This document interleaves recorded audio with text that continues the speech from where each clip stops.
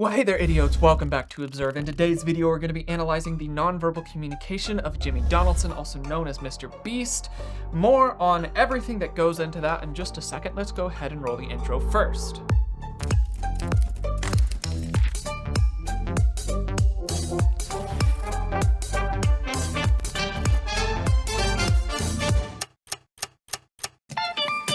Alright, for those of you who are not in the know, Jimmy Donaldson, better known as MrBeast, is no stranger to receiving attention, both negative and positive, in the media.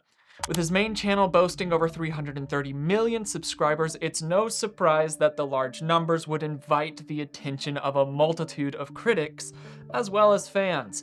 However, the criticisms against Donaldson, the MrBeast brand, and the associated brands have evolved from accusing him of maybe using filmed content of donations to create a method of income and garner clout, to now allegations being put towards him of using CGI to be able to fake aspects of his videos, and even multiple indications of sexual misconduct within his company.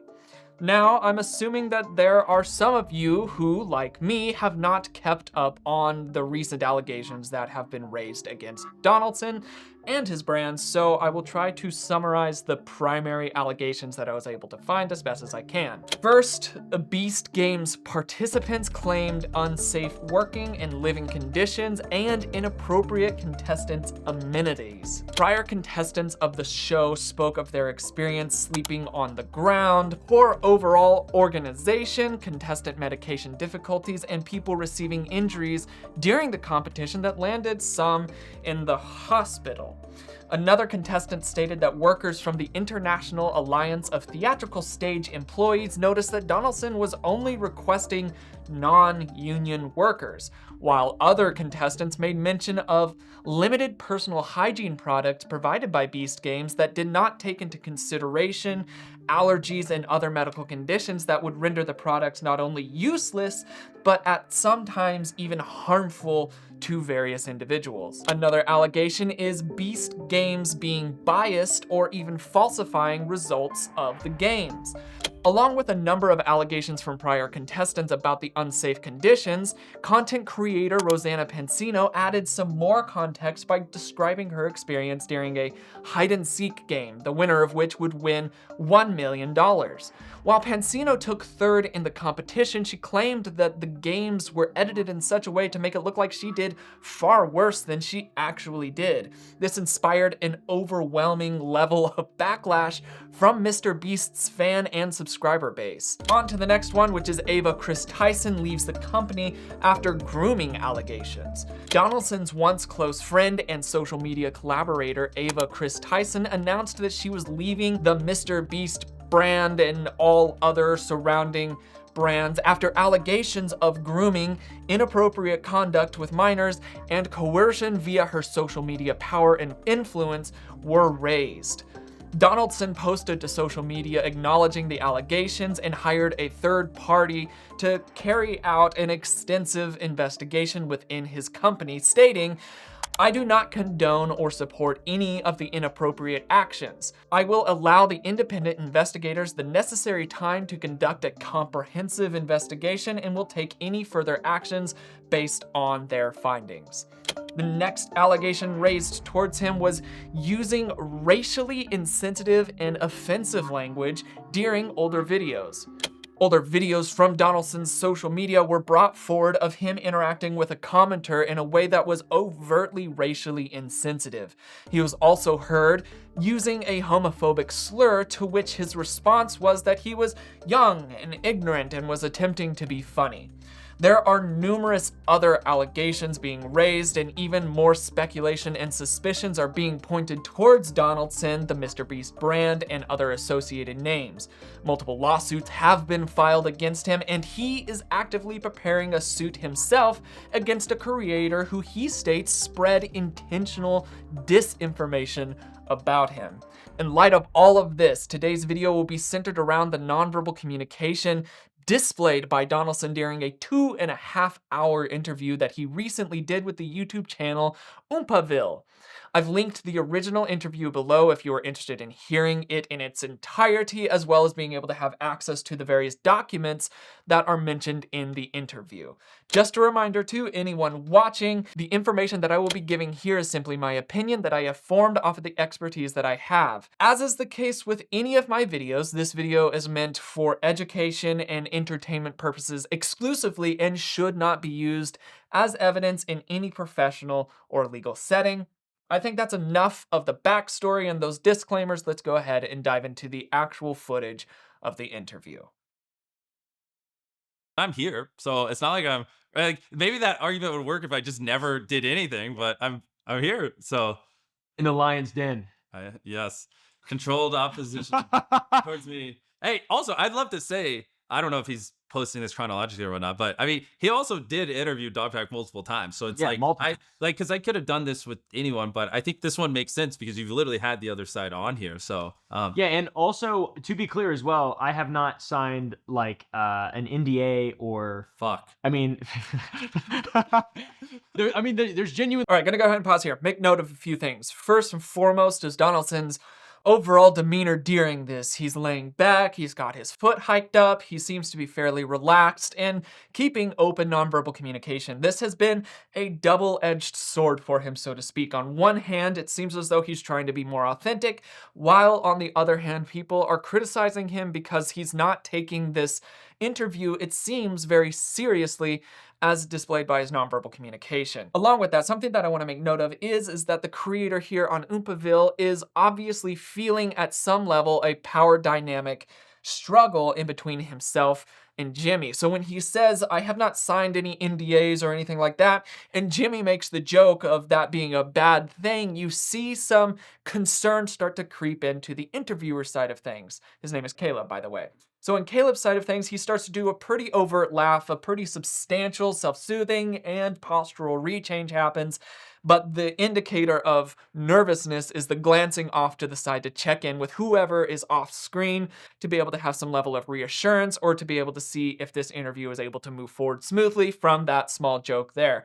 That lets us know that he is, at least on some level, worried about what Donaldson, Jimmy, will do in regards to him if he pushes too hard against Jimmy. And this is something that has come out pretty regularly in the media, is people just being afraid of the numbers that are being involved here. MrBeast channel is the largest channel on YouTube at this point, so many people are afraid to push up against that just due to numbers alone, which is understandable. Regardless, let's go ahead and continue into this interview. There's genuinely nothing that's been signed. You haven't given me $1 million.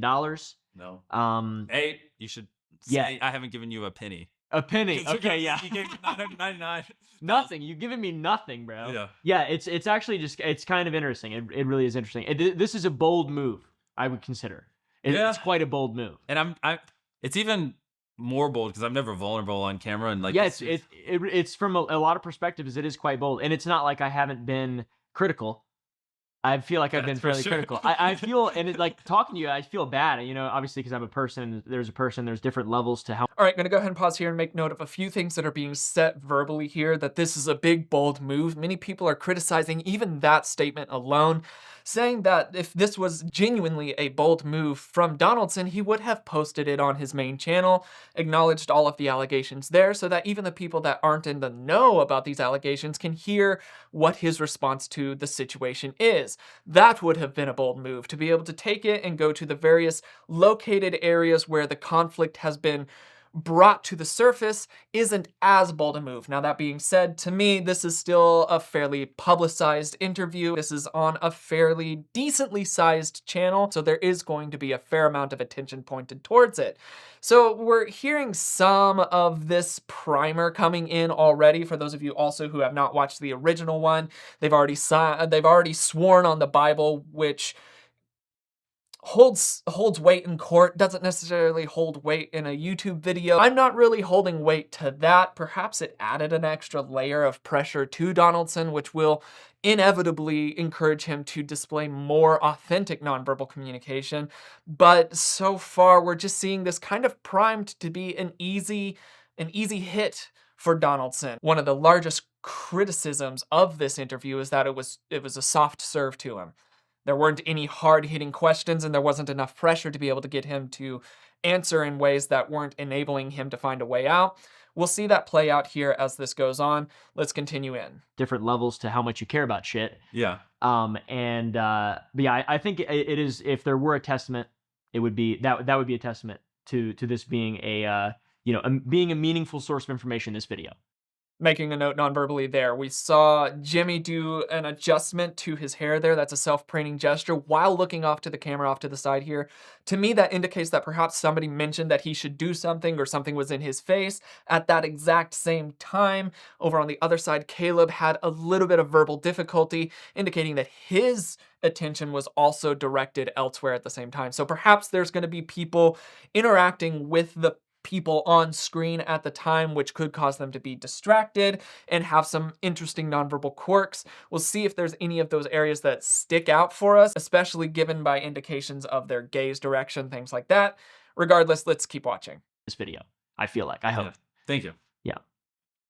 It's definitely outside my comfort zone, but I think it's important.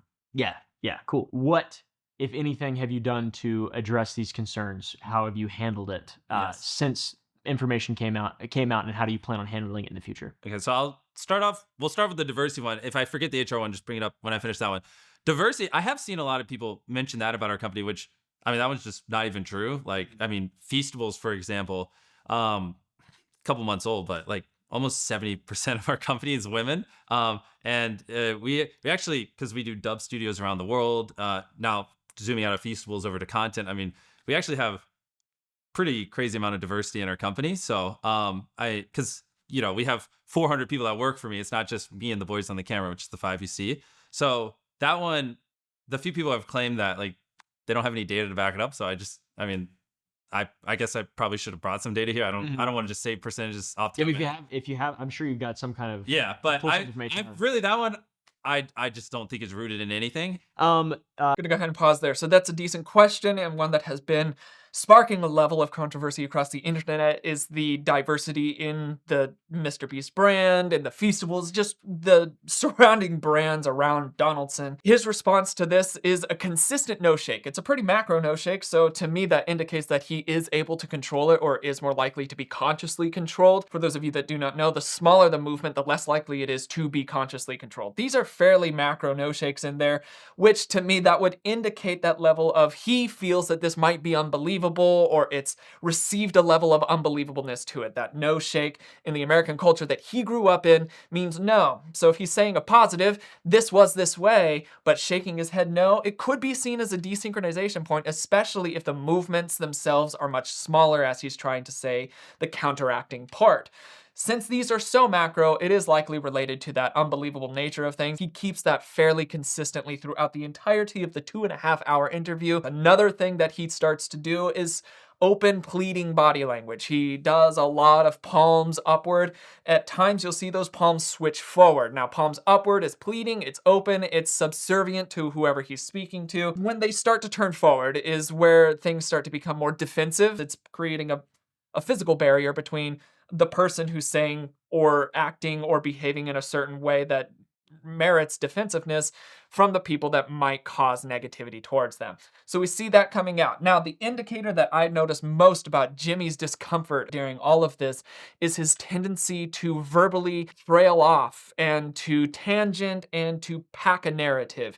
He responds with a lot more words than is necessary for the answer that he needs to give, and that will come up repeatedly. So that's an indicator of nerves, while his body language seems to be fairly open and relaxed. You can consciously control most all aspects of your nonverbal communication, but it is difficult to control all aspects of them simultaneously. So we'll be looking for any areas that seems to break, where this facade that he's presenting or this image that he's presenting shows cracks, and during those cracks, a lot of the times you can see the more authentic side of that person coming through.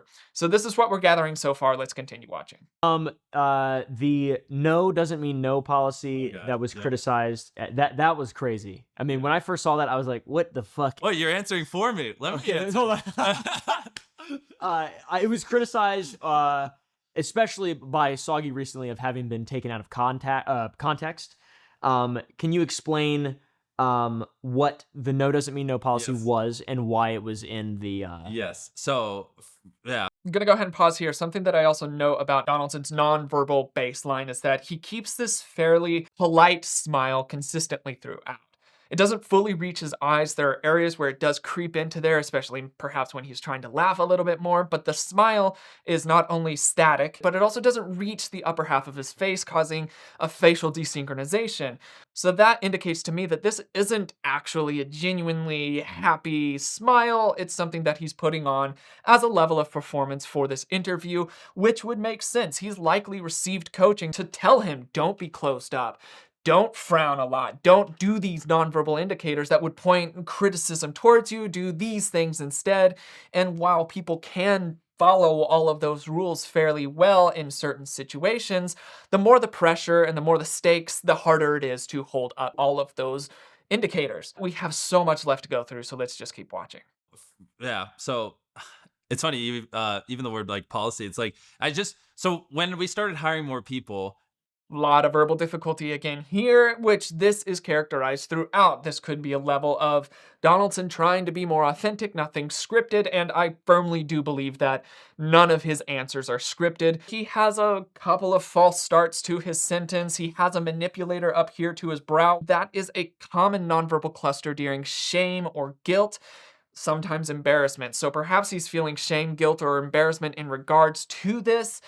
It would make sense contextually regardless of whether or not it's true or not. It is a shameful and embarrassing thing to be accused of, so he would likely feel those emotions in regards to it. We're seeing these nonverbal tells and we're gathering more and more information that allows us to understand how he behaves and what it means rather than just trying to go into this blind. So let's keep watching. people, I wrote this little, I almost like advice book just for a lot of employees because I wasn't able to talk with people as much as I was early on.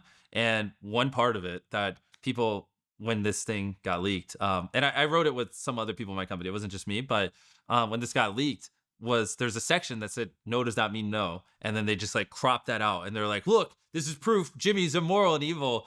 When obviously, like you were saying, if you read the context below, it makes sense. The gist of why we had a section that said no does not mean no is because I don't know if anyone's ever seen our Gonna go ahead and pause there. So if you want to read that entire statement, go ahead and just rewind and pause it and you'll be able to do so just fine. Right when he's saying the no does not mean no after the graphic has come down, you see him again touch his mouth here. Now, these mouth blocking gestures, these manipulators around your mouth can come up in areas when you're saying something that you feel like you shouldn't. It could be misinformation, it could be an intentional lie, it could even be something that you don't feel comfortable with. So you're subconsciously stopping yourself from saying it. This is not a universal.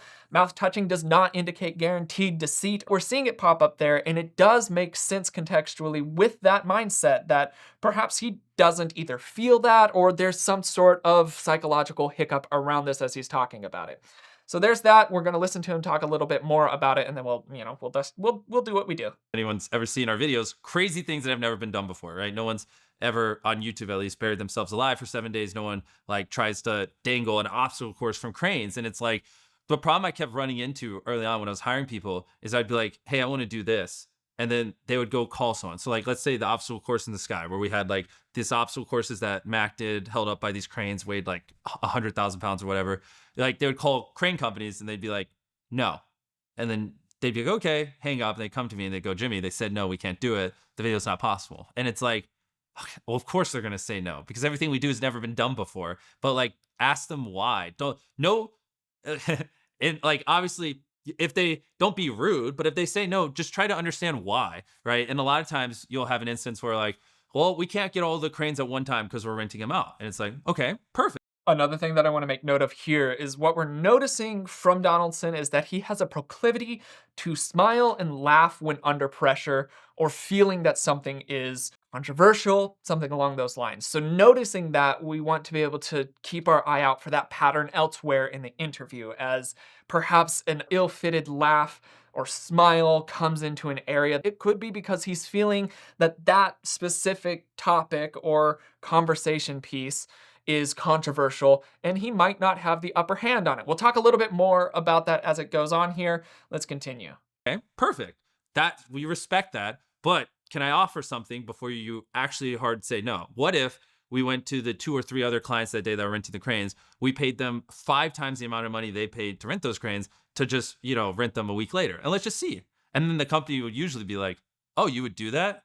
It's like, yeah, like we want to work with you to find a solution to make your problem our problem and solve it. And then then a hard no will 50% of the time turn into, oh, well, yeah, actually we can do it if you're willing to spend a little extra money or whatever. So that was me trying to educate my employees on that. And somehow, well, I don't know. I'm not even going to say somehow. I know how. I mean, people who didn't care about the truth and just, wanted to spread disinformation and manipulate and lie to millions of people, which it worked, spun that into, I'm not even going to state the obvious, but which made no sense because the context for it was literally written right below it. But that just shows the ill will intent of certain people. Yeah, because no doesn't mean no. That is like, there's just a massive, heavy negative connotation with that, obviously, in the zeitgeist.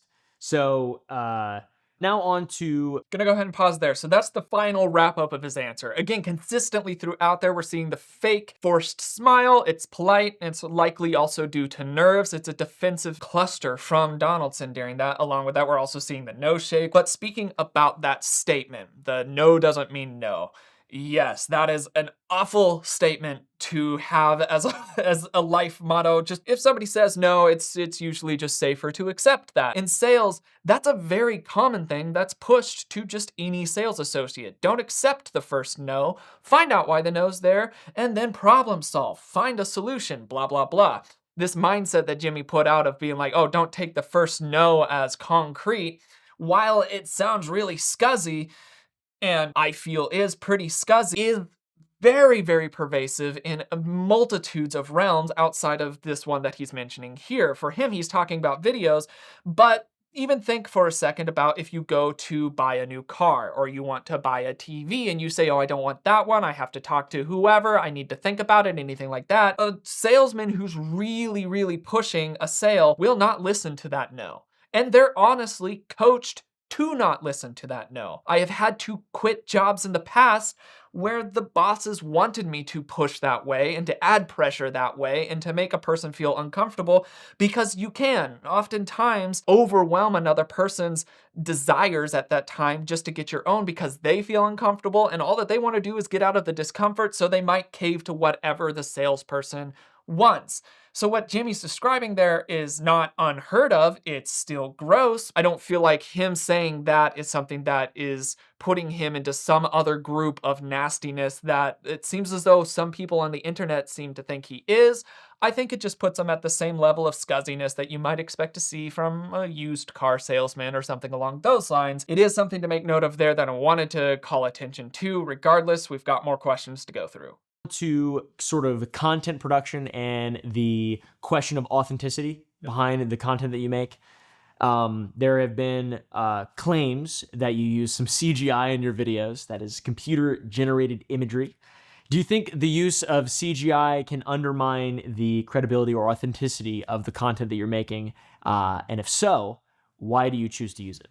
Gonna go ahead and pause here. Before Jimmy answers at all, throughout that he's giving affirmative head nods. You see them regularly in there with a prolonged eye blink of resignation as well. So those are in affirmation of what is being stated or asked at this point. Non-verbally speaking, you can rest assured that whatever Jimmy's about to say will reinforce what is being said, but there are gonna be some caveats to it. Let's see how it plays. Choose to use it. Good question. And yes, I do think rampant use of CGI can undermine it, and I try to...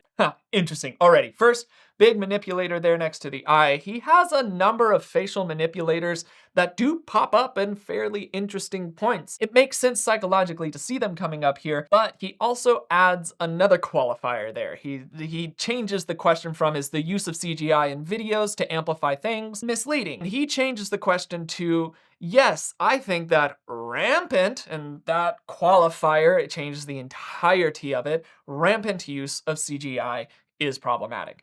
And that qualifier technically is actually handy. It's important to make note that CGI has a number of applications to video. CGI can be a relighting of a scene. as much as it can be changing what the entirety of a set looks like. And so he's trying to qualify this and put himself into a different group of people that use it in a way that's okay. And so people are taking issues with that, understandably, especially in his style of video. You want to know that what you're watching is the authentic thing and it hasn't been souped up in some way like Hollywood does, because if we wanted to watch Hollywood, we could go and watch Hollywood. We watch YouTube because it's less likely to be that produced. So people are taking issues with it. Let's see how he handles it. I try to do my best to be transparent.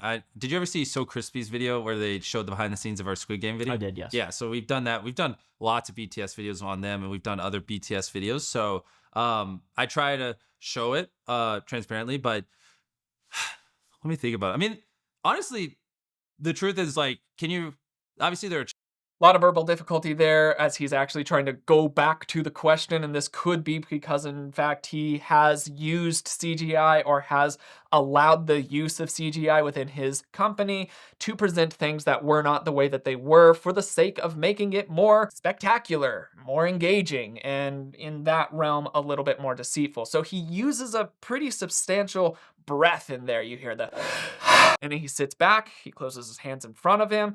To me, it's a little bit of a red flag. Perhaps a little bit more morality was on the line than what he's presenting here, but let's hear what he says. Obviously there are channels like Corridor Digital and stuff like that, but can you really think of any entertainment channels like mine that really do this, like even have the budgets to kind of do this kind of stuff? It's something I've always thought a lot about, because like we're really pushing boundaries, and like I want to like keep leveling things up, and I think that's a cool way to do it, but it's not like there's some like playbook on how to like incorporate it, right? Because no one else really does it. Like something I was thinking about is like also we rarely use it. Like, I mean, maybe like 0.5%, 0.1% of my shots.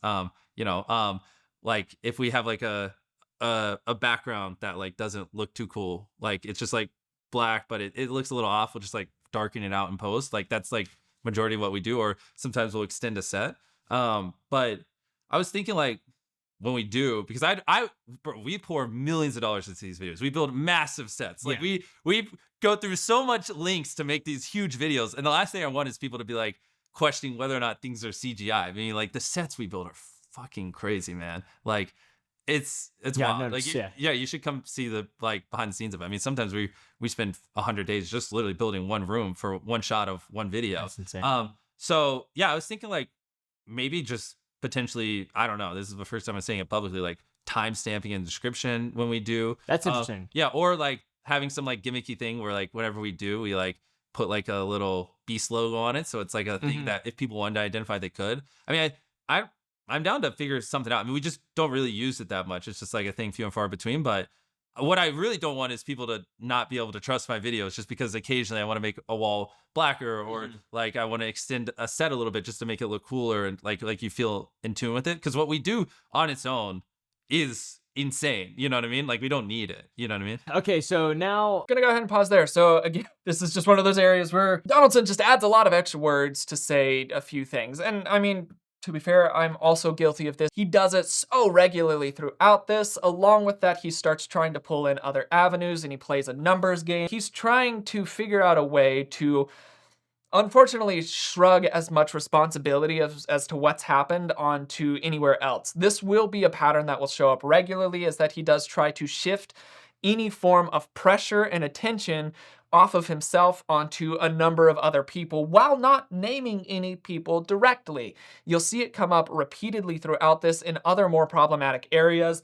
In this area, I do happen to agree a little bit more with him, since his channel is different than many other channels, or at least when he started it and it grew to the size that it is now, was pretty unique. There are a lot of other people that do similar things now, but at the time it was fairly unique, so he might have had that issue of, I don't know what to do and what not to do. That I can get.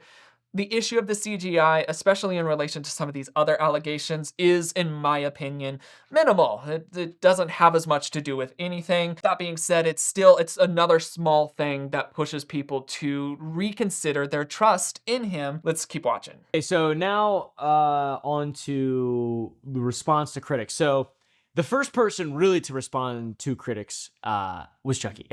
But the second person, it seemed like, was Soggy Cereal, YouTuber, yes, commentary YouTuber. He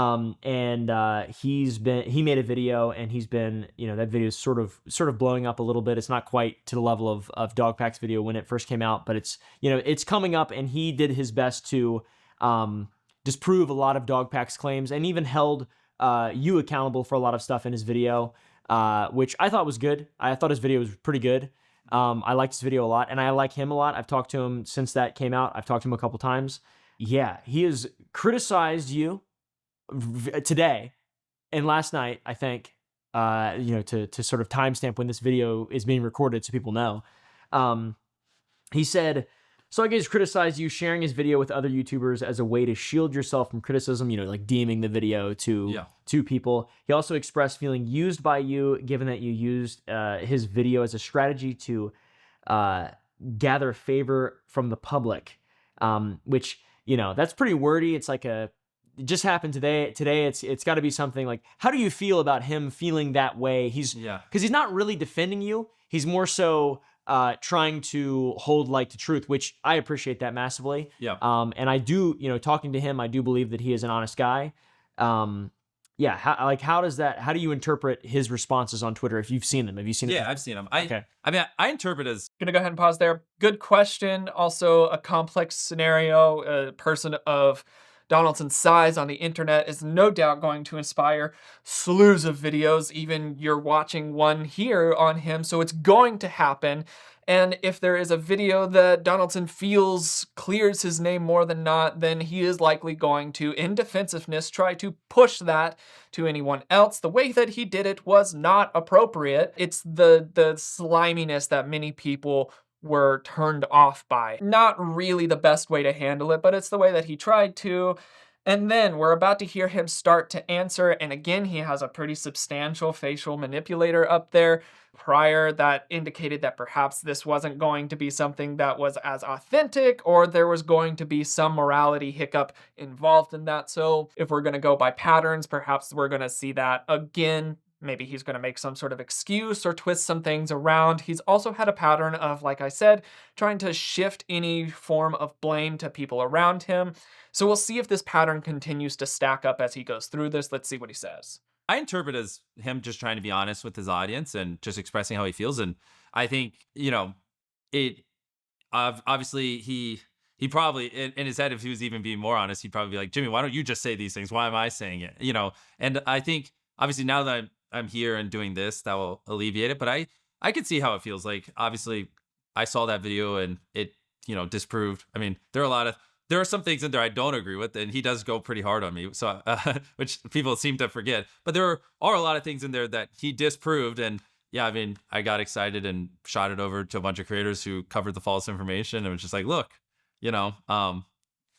I could see how, that looks like I'm hiding behind it. Luckily, I'm here talking to you. So yeah. I don't think that will be a problem anymore. But obviously, he's not, when he tweeted that, he, doesn't know we were doing this, doesn't know this is coming out. I mean, he might now, I don't, you talk to him, but yeah. So like, I don't blame him. You know what I mean? It's a reasonable thing. Like, I think if I were to read a little between lines, he's just saying like, I don't want to be a shield. Jimmy, say something. You know what I mean? Like, actually go address things. The investigation can... Gonna go ahead and pause there. Something that Jimmy does regularly is use the phrase, And is a rapport building phrase. A person uses it when they're not sure how to present what they're saying verbally, and they're hoping that the phrase will build that rapport with the person they're talking to. And it is tendent to increase during times of nervousness and pressure. So during this, Jimmy started obviously feeling more pressure. Not only did he keep his forced smile that we've seen throughout,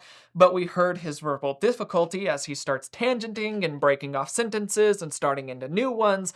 And then that repeat verbal phrasing of or how it is, anything around that. Those variants of start to creep in much more regularly as he's trying to build rapport with the interviewer, which, regardless of whether it's a malicious or non-malicious intent, it is a level of manipulation. Many people do this out of habit just to try to alleviate pressure on themselves. Along with that, Jimmy does put some words into other content creators' mouth by saying, oh, I read in between the lines, or I assume that he was wanting to say XYZ, and then responding to that. Now, that is something that can be coached and is often coached in areas of debate, is to rephrase a question in a different way and answer that question. And that's what he does there. It's another level of manipulation, but it's not done so overtly that I'm not super certain that Jimmy was doing it intentionally. It is being done. It's just something to keep in mind as we're going forward and understanding a little bit more contextually as to what was going on during this interview. We're on to the next question, though. Investigation confirmed. So the third-party investigation confirmed isolated incidents of harassment. How were these incidents addressed? And what systemic changes did you implement from after the investigation to prevent things like this from ever happening again? I'm assuming it's going to piggyback directly off the what we HR talked about before. improvements. Yeah, 100%. I mean, agreed. Like we talked about before, I have hundreds of employees, and when we brought the outside third party in, and I was like, hey, talk to whoever you need to get an honest pulse of how some people are feeling. There were some things that people hadn't made us aware of that they felt more comfortable talking to Quinn and Manuel on, which is obviously ultimately why we ended up doing the anonymous hotline and that kind of stuff. And what you asked, what did we do? How did we handle it? Like I said before, it's just whatever they told me. If they told me like I need to fire someone, we fired them. Like I mean, it's not like I don't want to be the arbiter of truth. I want people who are professional in these things to get the information, make sure they have all the facts, and I want them to tell me what to do, right?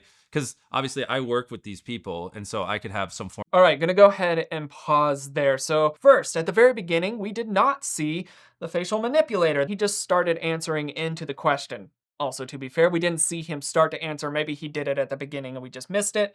Regardless, he starts to answer this question fairly straightforward as he's talking about bringing in people. Then what he starts to do, which is more characteristic of him, is he starts to shift the blame or the responsibility from himself to another party. In this case, it's the external third party that ran the investigation. And he even says himself, I don't want to be the harbinger of truth. He says that a few times in this interview, which I get and I understand, especially if that's something that you don't feel comfortable in, or maybe he has people-pleasing tendencies and doesn't want to. That doesn't line up as much as it would if he hadn't had already stated that no doesn't mean no in certain areas. People pleasers don't oftentimes push that mantra, but perhaps that's part of it. He doesn't want people to be mad at him, but he then himself tries to excuse it by saying, I want to trust the professionals to do what they do, and then I'll just do whatever they tell me to, which I would say that's fair. If I were in his role, I would rather hire people that I could trust and know to be able to do specific jobs that they went to school for, that they have job training for and rapport for, to be able to do a specific role. Throughout that as well, he's using, very regularly, even in areas where it doesn't seem to make as much sense that he's trying to build rapport. So that to me indicates that that is his nervous public speaking tick. Everybody has them. Some people say some people say he says, it seems. There are a slew of them. If you record yourself giving a public speech, just listen. You'll find, guaranteed, you will find something that you say repeatedly that really doesn't need to be there, but it helps you buy time mentally to say something next verbally. The more a person speaks publicly and is used to presenting a constant strain of verbal thought, the less likely they are to fall into those verbal patterns like that. But even he himself has said that he's not used to being authentic and genuine on camera, so we might expect to see some of these tics come out. Non-verbally speaking, I am more encouraged to believe him at this point. He didn't have any other indicators that really pushed me away from believing that he did indeed hire a third party to be able to do the investigation for the sake of fairness, and that is touched on more throughout the interview. Regardless, let's just continue watching. These people, and so I could have some form of bias or whatever, or maybe I like this person better, and so I like to stay away from that kind of stuff. And so I just did whatever they told me to do, and to be honest. How did you feel when you found out? So that does make sense. He just did whatever the people that he hired told him to do. Cool. Sometimes that can be a beneficial thing. Sometimes it can be a not so beneficial thing. In this area, I think that that would have actually been the smartest move, is to hire somebody who is a third party, who is not emotionally invested into anything of the team. Their only concern is making a paycheck and making sure that their reputation stays on the up and up. So if he hired that team to do so, then that would make sense. Let's continue watching. Found out that a third-party investigation concluded that there were incidents of harassment in your business. Yeah, I mean, the first thing I was like, well, how can we, like we talked about before, and so I started educating myself, and I've been bringing in new leaders and people who have worked in bigger companies, and I was just like, help me make sure like this kind of stuff doesn't happen, and educate me on these kinds of things. Like, again, like this company is growing so fast. Like, I keep saying the number 400 just so people realize this isn't just 10 employees making YouTube videos like it was for me 5 years ago. And so my first instinct was just like, educate me. Who do I bring in? How do we solve these things? And like I said before, it dials down to two things: making sure you're not fostering it, and then when it does happen, making sure you respond appropriately, and just like trying to learn everything I can in those two areas, and just find the best people in the world in those two areas to just review everything and make sure we're doing it correctly. Dude, people were fired. I'm gonna go ahead and pause here. Something that I want to make note of that I've noticed a pattern of a couple of times already in this interview, and it does continue throughout, and we'll see it crop up more and more,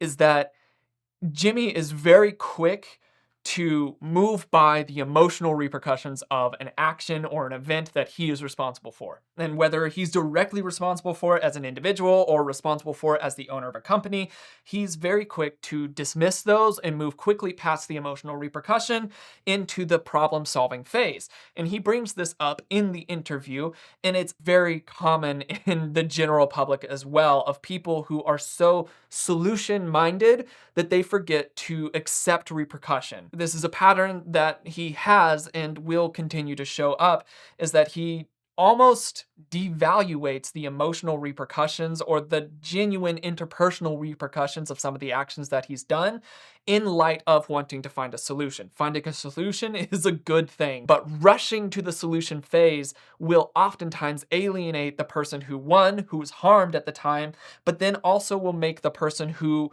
perhaps was responsible for the harm being done feel like they don't have to deal with the emotional side of things as much. And so seeing that come up a couple of times where he has quickly run by the emotional repercussions or the interpersonal repercussions of what has happened to immediately trying to find a solution is a level of, again, blame shifting and trying to shrug off any responsibility. We've got a fair bit to go. People were fired. How many people were disciplined, fired? Was it more? Like, how did that feel, knowing that there was like an amount of people that had to be disciplined, terminated, whatever, as a result of an investigation? It's kind of things just happening basically under your nose, due to a lack of business acumen or care or whatever word you would want to use. Yeah. How did it feel? Well, I mean, like, I haven't even met all the people that work for me, because it's so big. Gonna go ahead and pause here. We're gonna start seeing some of this here. Very clear thing asked. How did it feel? What were the feelings around it? How did you sit with the emotion? Very clear answer to that is to respond how it felt.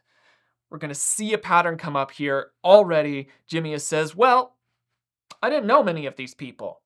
Let's continue. It's so big, and we have people all around the world and things like that. Just for context, I don't want people to think like, oh, these are people I was just working with every single day and I was just oblivious. But yeah, I mean, it just felt like I need to improve. I need to learn more, and just I want to fix these things, So, I mean, it doesn't feel good. Yeah. There you go. That's what I was looking for. I'm like There it is. A question of how you felt. Tried to give any number of answers that circumvented that didn't acknowledge the emotional side of things, the emotional repercussions, and perhaps the psychological repercussions, immediately shifting it towards, I didn't feel, I wanted to fix. It's again that emotional immaturity of the inability to accept that there have to be times of just feeling the emotional repercussions and weight of an action, of any instance before the fix can come, that perhaps Jimmy hasn't had the ability to grow in his own life as of yet. This could be an experience, all of this that he's dealing with could be an experience that inspires that within him. But as of right now, so far, his pattern has been to devaluate the feeling of it, the psychological effects of it, and the emotional effects of it, to immediately flip by to let's fix it. It's both a positive and a negative. On the positive side, it keeps things moving forward. You can have advancement, you can have growth, blah, blah, blah, what have you. But on the negative side of it, you are very, very likely to leave a string of unhappy people behind you because you never once acknowledged how they felt and how it affected their psychology. Those are very important aspects to any conflict resolution that it doesn't seem that he's grasping quite so much as of yet. Let's see a little bit more how he says. I'm a problem solver. When there's problems, like my default reaction, like instinct is how do we solve it? And that's, what we've been obsessing over. And I feel like we've made a lot of progress, to be honest. Cool. Are you going to sue dog? All right, there we go. He just said he's a problem solver. My immediate response to conflict is to find a solution. Again, this is extremely common in people who are not comfortable sitting in an emotional state that is negative. Solutions are good, but getting there immediately isn't going to actually resolve anything. If anything, it can oftentimes hamper the ability to heal and to resolve something because you haven't acknowledged what the problem itself was. You're so anxious to get to the fix that you haven't actually seen the problem. Regardless, we're about to get to another pretty weighted question here. Let's see it. Sue dog pack?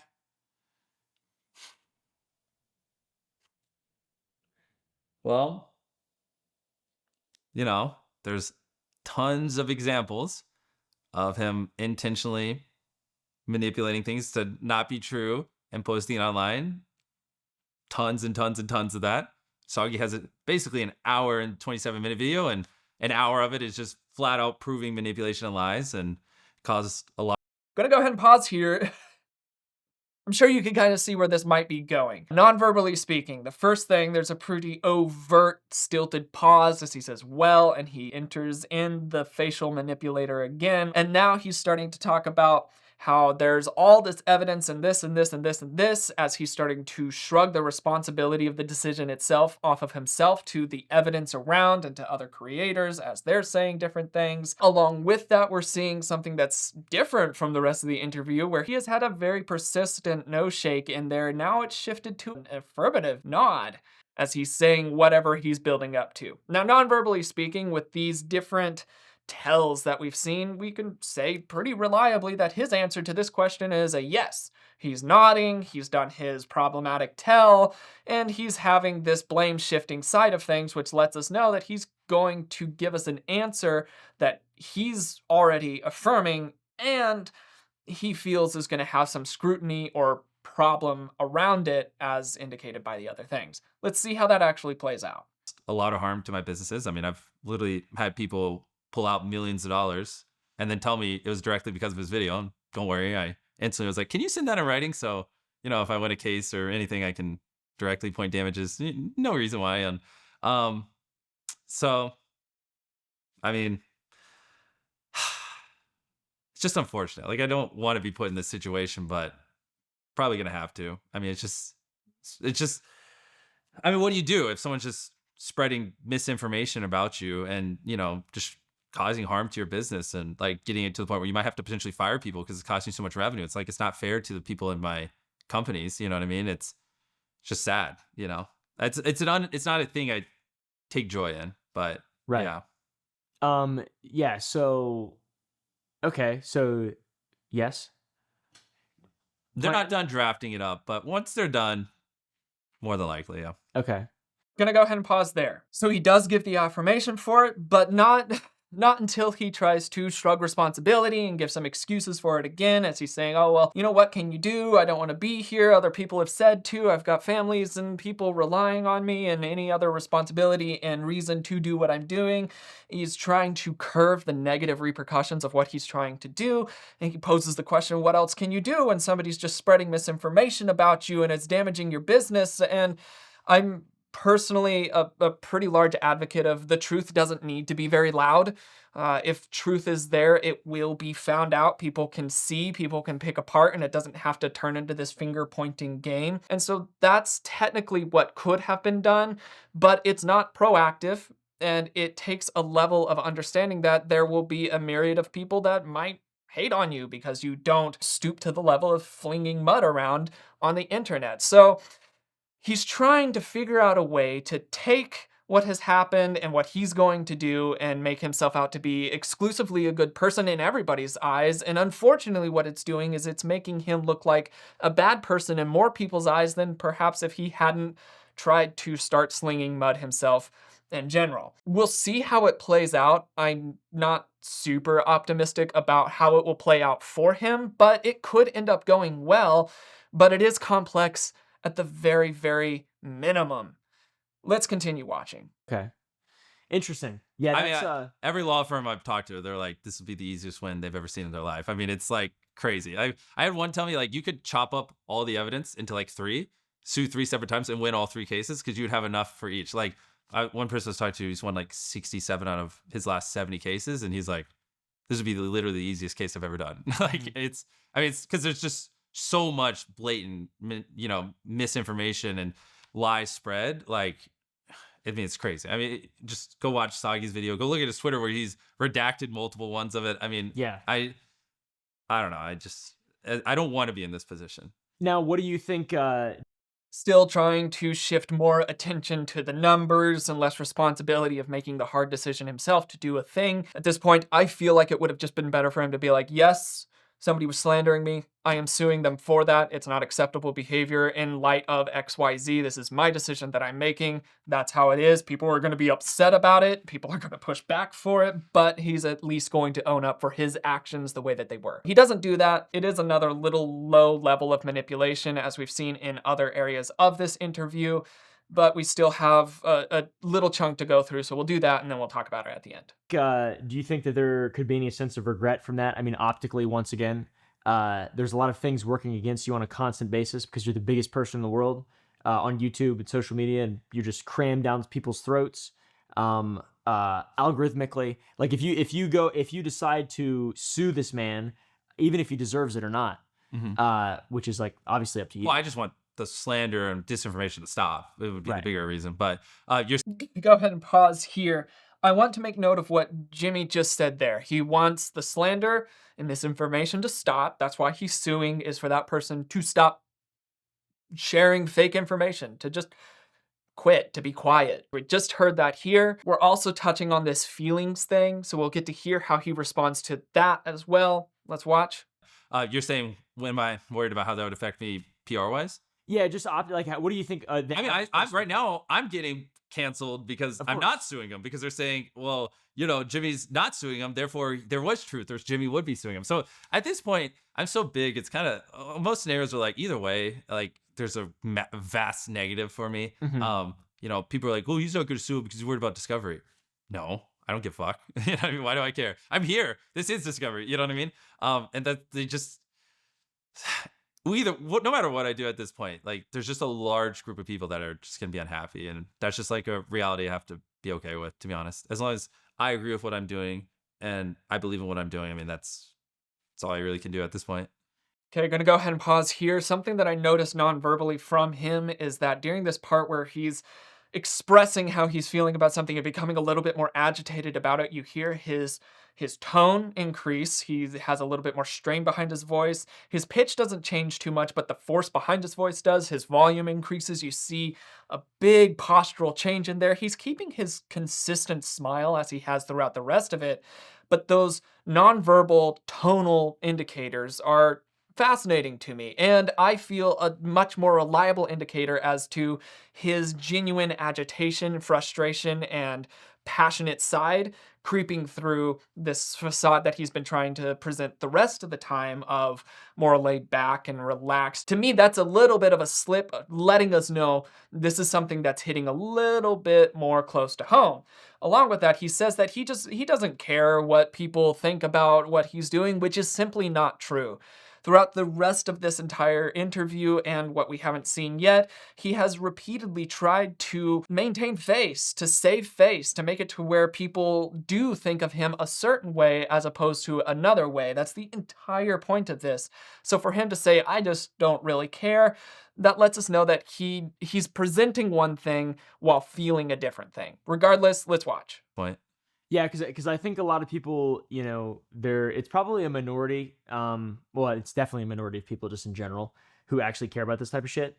But like, you know, the silencing critics, for example, something very similar has happened. Well, not that similar, but something is happening to CoffeeZilla, who we'll talk about here in a minute as well. He's being sued, and that just, you know, to someone like me, I care about like rationality and understanding and people being big and, you know, 100%. And I would just say, go watch the Soggy video. Yeah. Look at all the blatant of course, manipulation and lies. And this isn't me trying to silence them. This is me trying to like, and this is like borderline, I owe it to my employees.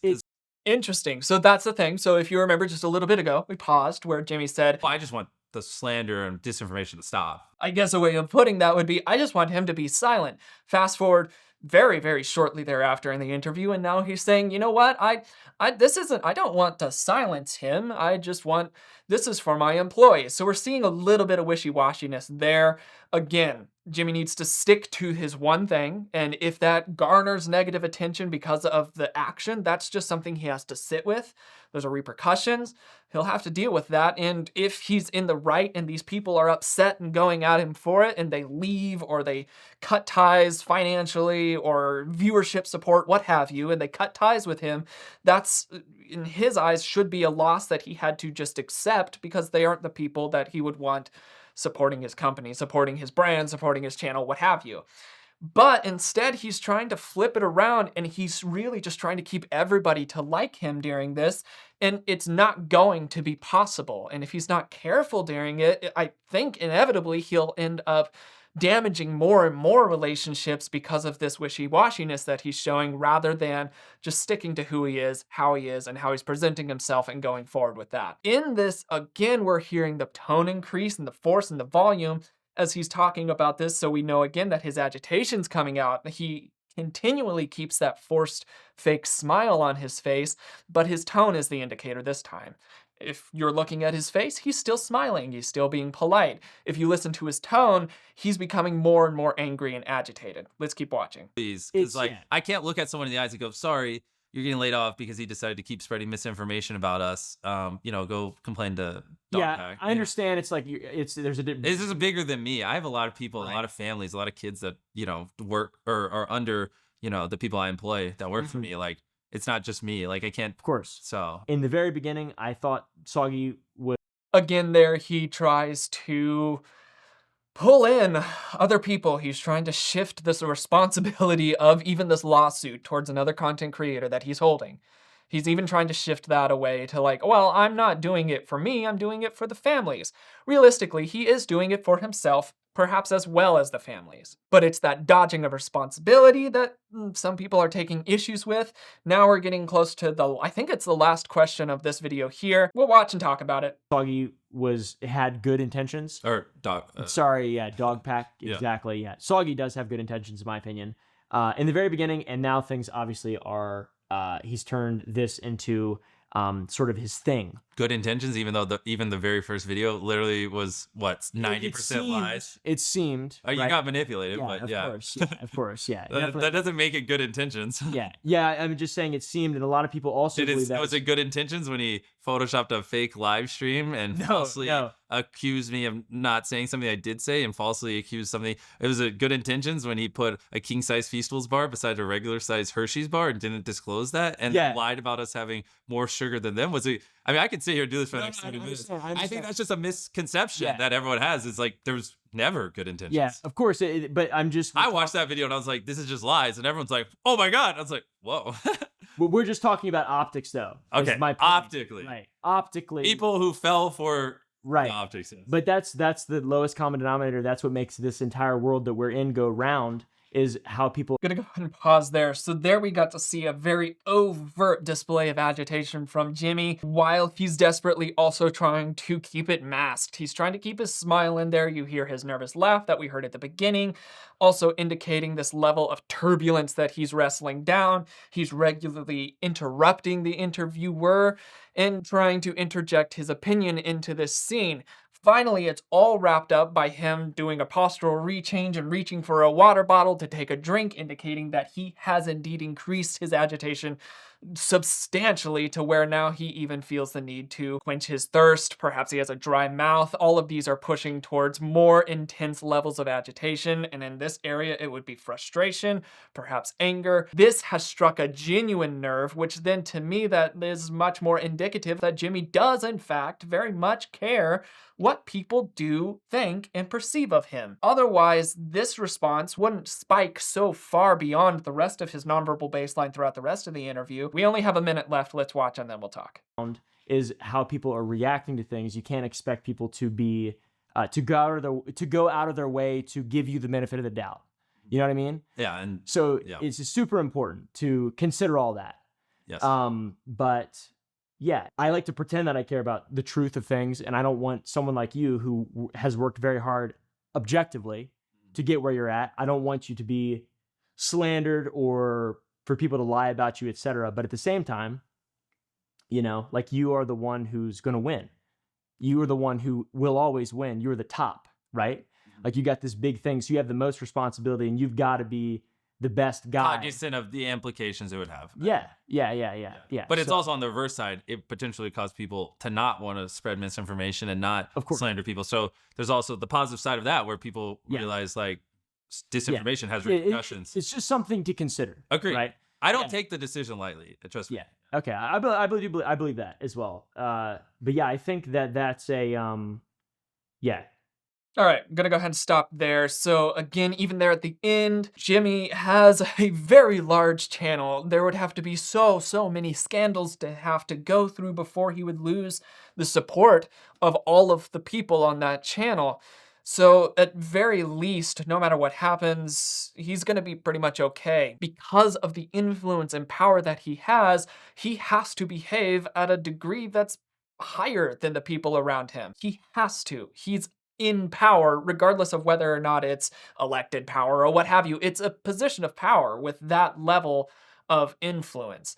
And so he tries to say, oh, I'm not taking it lightly. But even what the interviewer was driving at is that perhaps you have to behave better. Perhaps it's your job to be able to handle the criticisms and hold them regardless of their truth. And that's just going to have to be how it is, because if you act out, then it's extremely detrimental to the person you're acting out towards. Apologize and own up when it's his turn to apologize and own up. And that just has to happen, and it seems to be something that he hasn't fully grasped yet. All that we as viewers and consumers can do is to watch to see what he does tangibly in the future to resolve these things and to become a better person in and of himself. So that's my analysis of this. It seems as though he's doing some things right. It seems as though he's not doing some things right on there. And it seems as though there's going to be a lot still to unfold, what with more lawsuits happening in all directions and whatnot. So if you did appreciate this video, let me know by hitting the like button, and let me know in the comments if you would like to see more of this storyline. There's still more to this interview. So if you would like to see more, that's how you can let me know. If you want to see more videos like this, nonverbal communication, it can be true crime, drama, what have you. If you're interested in it, go ahead and hit subscribe. But without further ado, that's all that I've got for today. My name is Logan, and you have been oh so awesome, as you always are, and I will see you in the next video. Cheers, guys.